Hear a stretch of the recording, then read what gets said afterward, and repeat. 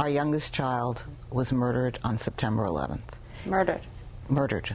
On his death certificate, the cause of death is homicide. Peter Alderman was 25 when he died on that beautiful September day that turned black. I turned to my computer and emailed him, "Hey, are you there?" He wrote back, "Yes, 106th floor. I'm scared. There is a lot of smoke." Peter's sister Jane was the last to hear from him. I wrote back, "106th floor of what building?"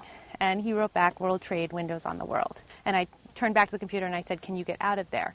And he wrote back, "No, we are stuck." I don't know how much he suffered, and I don't know how he died. My greatest hope is that he didn't know he was about to die. By any measure, the Aldermans had a good life. Steve was a radiation oncologist and Liz a stay-at-home mother of 3. Tell me about Peter. Peter was laughter and light. He was funny, he was warm, he was caring. People gravitated toward Peter. But then their world fell apart.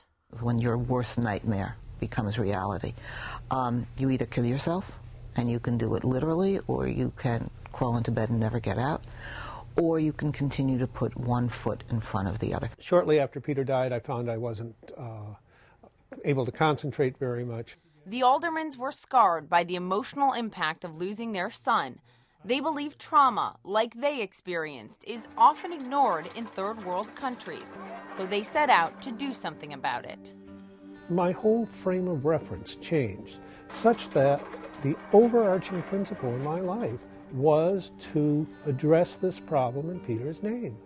Be free, be free. The problem with mass violence is that it massively traumatizes individuals and traumatizes massively, that is, affects a whole society. Steve quit his job and along with Liz started the Peter C. Alderman Foundation with $1.4 million from the 9/11 Victims' Compensation Fund. Peter's sister Jane quit her job in media and got her MBA to become the foundation's CFO. Doctors alone can't do this. Doctors need psychiatric nurses, psychiatric social workers, and psychiatric counselors. And that's the way we run our clinics. There's no other group that does psychiatric treatment partnering with government in countries that really need this kind of care. Since 2005, they've raised more than $4 million, opened 6 clinics in Uganda and Cambodia, trained 1,000 doctors, and treated more than 100,000 people, most of them victims of terrorism and mass violence.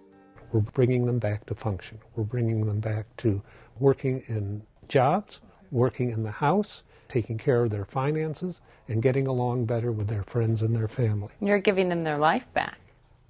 They're taking their lives back.